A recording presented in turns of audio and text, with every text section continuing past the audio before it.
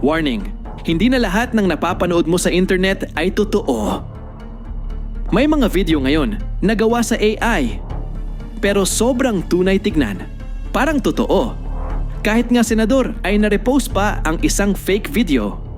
Ang tawag dito ay AI-generated videos gamit ang tools tulad ng Google Veo at Sora. Kaya nilang gumawa ng tao na nagsasalita, gumagalaw at gumagawa ng eksena. Kahit hindi talaga nangyari yun sa totoong buhay. At ang masama pa, ginagamit na ito ngayon para gumawa ng fake news, fake na pahayag ng mga politiko, o kahit video na paninira sa ibang tao. Grabe no? Isang click lang, pwede ka nang maloko. Kung hindi ka mag-iingat, baka mapaniwala ka sa video na AI lang pala ang gumawa. At kapag kumalat yan, laganap ang panloloko, galit at fake news. Kaya bago ka mag-react o mag-share ng video, i-check mo muna. Totoo ba yan? May reliable source ba? O gawa-gawa lang ng AI?